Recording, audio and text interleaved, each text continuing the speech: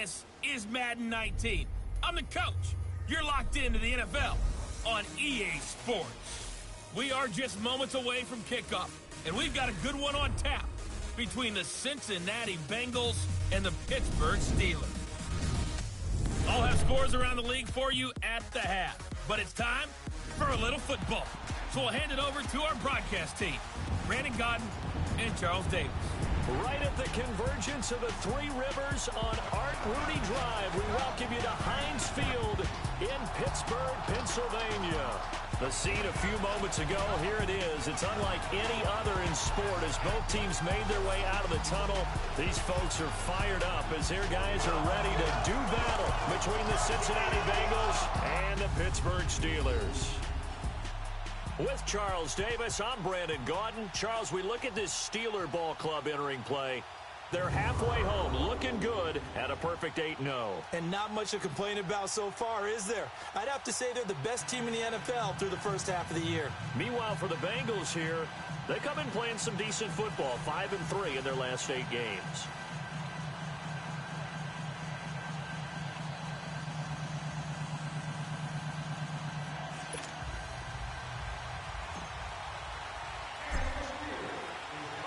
The shadow's starting to get a bit longer. Week 10 of the NFL season is here, and we're underway on EA Sports. This is taken at his 4. And he'll get it up to about the 26-yard line just across the 25. Here come the Bengals now to take over. And trotting out there, their tall quarterback standing at 6'5". And what's a quarterback's best friend? Balance? I think you're right. I agree with you. You know, a lot of guys would say great receiver, right? A terrific offensive line.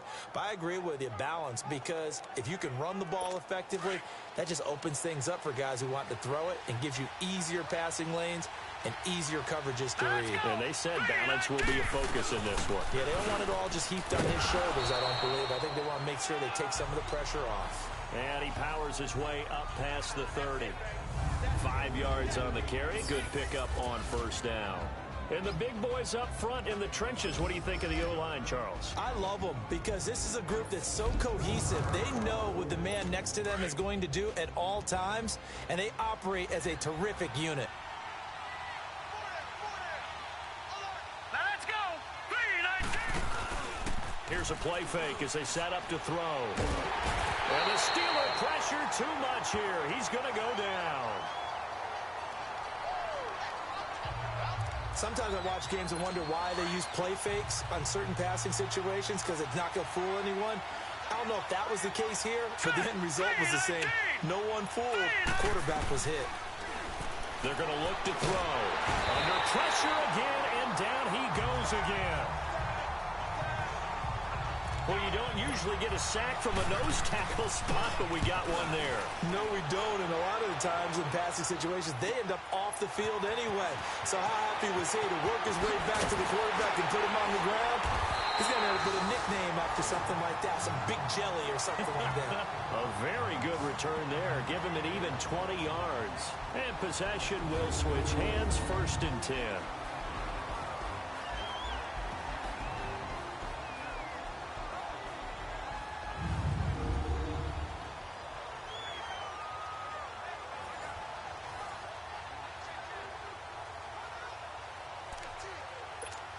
So good field position for the Steelers as they come up 1st and 10. Hurry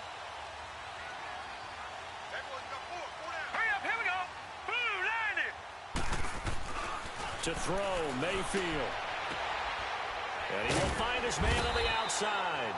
And he'll be corralled out across midfield down to the 45. A gain of 11 to kick off the drive, and it's a quick 1st down. That coach is always harp on the quarterback reading the defense and getting it to the open man. That's good recognition there. And how about what he did after the catch? Yeah, hit your tight end, let him get some rack. Yeah, but when he gets moving, not many guys want to come over and put a hit on him, do they? It's a pickup of 4, and it'll bring up 2nd down. And this O-line, it is the lifeblood of the offense. They establish the tone. Mean, nasty, physical. They can't wait to get after people. That allows the rest of the offense to feel confident.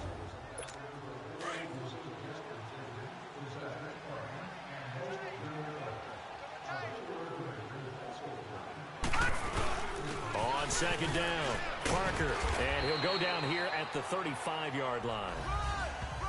A look at the numbers for Parker in last week's game. 15 carries, 102 yards. He's having a nice season, and he knows where he ranks in the league. Don't ever let a running back tell you that they don't know that. They do. So what he's doing now is lobbying the offensive coordinator all week long. Hey, how about a few more touches? He's one big game away from maybe leading the league. Oh, and now he bowls him over. And brought down, but not before they're inside the 25. 12 yards that time, and a Pittsburgh first. And there we see an early burst that makes him one of the leading rushers in the league. Well, I want you to know, I listened to you yesterday when we were watching film. You said write down the word vision for him. It was on display there, wasn't it? It certainly was, because he allows the blocks to set up in front of him. And if that continues, it could be a long afternoon for those guys trying to play some defense. They'll run on first down. Parker. And he's going to fight his way forward here for a modest gain. And give him 4 yards there. It'll be 2nd and 6. A look there at the defensive starters for Cincinnati. They were terrific a week ago in the win over the Lions. Have to admit, I was extremely impressed by what I saw. They ended up getting 4 sacks in the game, stayed in the face of the quarterback the entire time, made it difficult for him to step up and find receivers downfield. And that's what they told us this week, that pressure on the QB is key.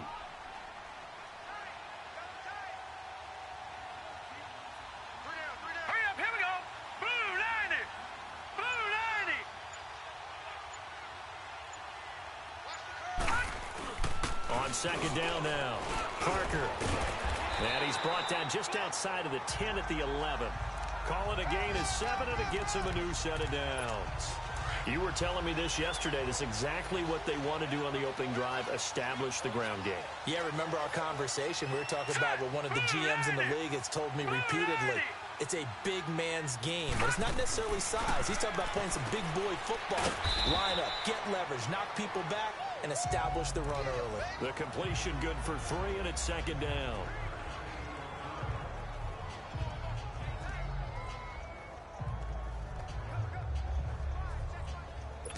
That first down completion only netted him 3. 2nd and 7.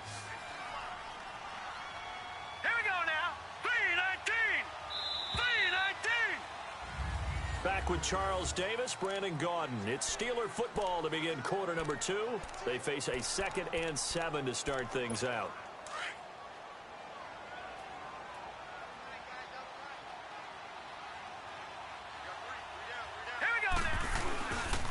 And they'll go on the ground. And he stopped immediately there. No gain on the play, and it's going to bring up a 3rd down.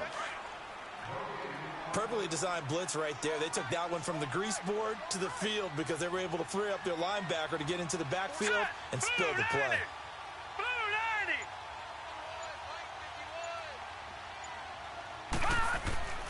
Throwing, Mayfield. And he can't hang on to it. Nearly picked. He's known for his hands defensively, but instead it just brings up 4th down. Not only was the call spot on, how about the execution of that defense right there? The zone was absolutely locked up tight. He was trying to force it in there on 3rd down. But if there's a time to force it, he felt like he needed to make a play, right? Yeah, exactly right. 3rd down, you got to try and find something. There's nothing available there for him.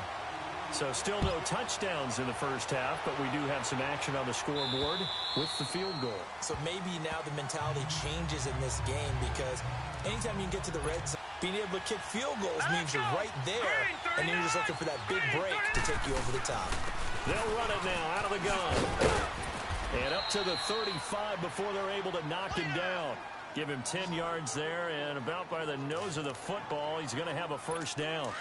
Tremendous blocking by the interior of the offensive line. They didn't just gash him there. They blasted a gaping hole for him to gallop through. I think if he comes back to the huddle, he better be giving them a whole lot of credit and thanking them for that much space to rumble. And he's going to be taken down here with a penalty flag on the field. Holding offense. So he was holding from that left tackle position. Everyone tries to keep their hands inside when they're blocking ever since they liberalized the rules where you can extend them out. But sometimes they get out a little wide and they get detected grabbing some cloth. And he is met at the line of scrimmage, and he goes down right there. No gain on the play there. 2nd down. As usual, the hallmark of a good run defense, Linebackers making plays near the line of scrimmage. Absolutely nowhere to run there. And they see right through that defensively as he'll be hit and taken down to the backfield. They'll wind up losing 4 yards on the play. And they're going to be staring at a 3rd and long here. He has elite instincts from his linebacker spot. He's able to diagnose the run and flies in like a missile to stop that one behind the line of scrimmage. Nowhere to go here. He lost the football.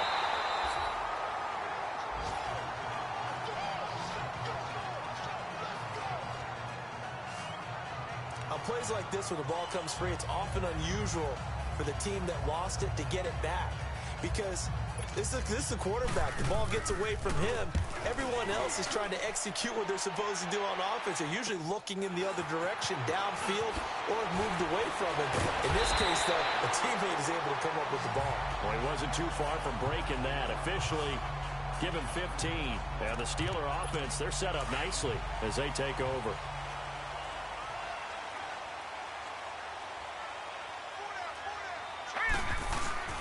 On first down, Parker, and nothing doing. He's immediately taken down at the line of scrimmage. No gain on the play. It'll be 2nd down. And he got off the end there very quickly to make that play. Yeah, it was almost like the bullet train, wasn't it? I mean, just zoom. Quick, and what a terrific play, holding him to no gain. Stepping up, he's going to keep it. It's going to be a gain of 6 on the keeper, but it leads to a 3rd down. So 3rd and 5, defensively expecting pass. They've got 6 DBs out there.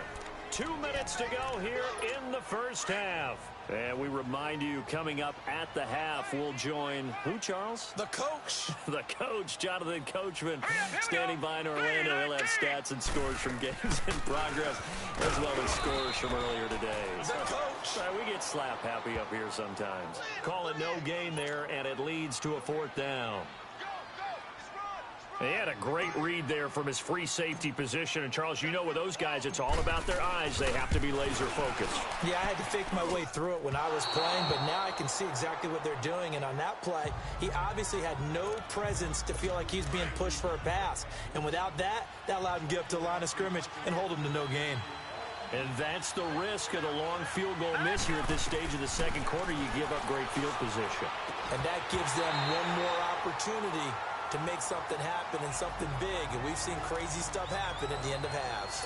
Throwing to start the drive, but that one incomplete.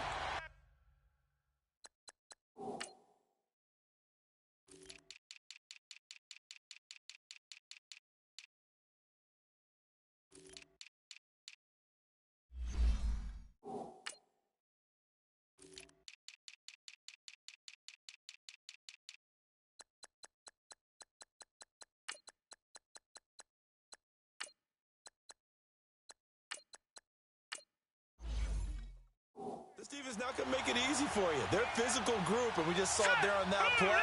He came in, made the contact, just as he's trying to haul it in. Now he'll look to throw here on 2nd and 10. Nowhere to go here. He lost the football, and it's picked up by the Steelers. And his guys will take over at the 30-yard line. And maybe that one caused by the weather. Of course, the rain coming down. Charles, can you maybe, when you're carrying that football, grip it too tight in the rain? I think that you can, and it's such a delicate balance, too, because when you grip it so tight, sometimes it'll slip out from your body. You squeeze it too hard, and it'll pop out on its own. I've actually had running backs talk to me about that when they've tried too hard, even in perfect conditions, the ball gets away from them. They've got to find that good balance, carrying it firmly, yet at the same time under control. Green 39. On 2nd down, Parker. Call it a gain of 3, but not enough to move the sticks. It'll be 3rd and about a foot or 2. Pretty good job defensively. Thought he was going to get it, but they knew where that marker was, and they stopped him just short of it. What it does is emphasize that strategic football and situational football is not just played on the offensive side, is it? Defense understanding, as you noted, where the first down marker was and making sure they didn't get there. Give him 6 yards, and they do convert on 3rd. That's about what you would expect since they're so efficient on picking up 3rd downs in the top 5 in the NFL. It's all a mindset, and I guarantee you, it started in the offseason. 3rd down's important to them. They find a way to pick them up with a very good clip. This will be caught at about the 6. And they corral him just a couple yards shy of the end zone. Now whistles come in. We're going to get a timeout here by the offense, as they stop it with 19 seconds to go in half number 1. Here we go now. They'll try and run for it on 1st and goal. And he gets halfway there, down to the 1-yard line. Now the Steelers use the second of their 3 timeouts, as they'll stop it with 13 seconds to play in half number 1.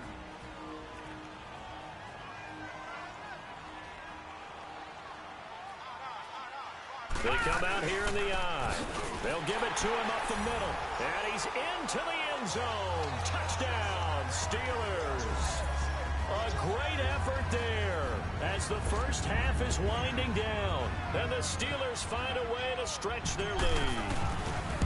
And that'll give them a 2-score lead here, but I'm looking ahead. They just want to hold it for the final moments here in the second quarter. They don't want to give up anything on the other side. No, not at all, because if they don't, it almost had the feel of an imposing their will score. And right now, they want to make sure they keep that and carry it into the second half.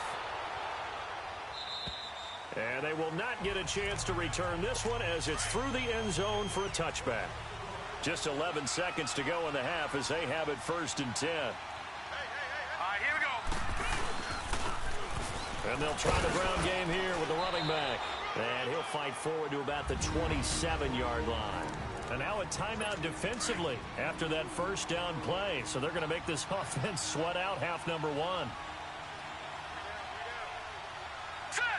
And they take a knee.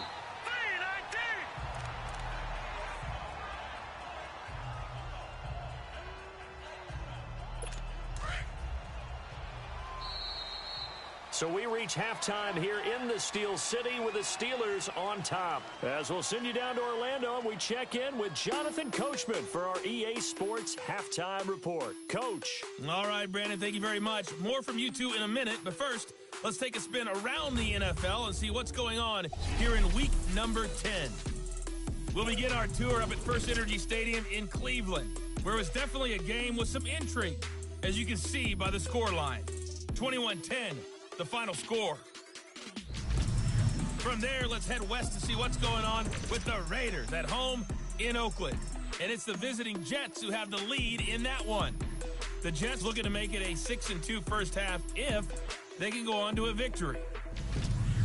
Lastly, we head to the City of Angels to check on the Rams at home in L.A. And you can see they have the lead over the visiting Tennessee Titans. The Rams looking to make it a 6-2 first half if they can go on to a victory. Meanwhile, in our game, it's been a defensive struggle. Which offense can break through in the second half? To find out, let's hand it over to our broadcast team of Brandon Gaudin and Charles Davis. All right, Coach, thank you. And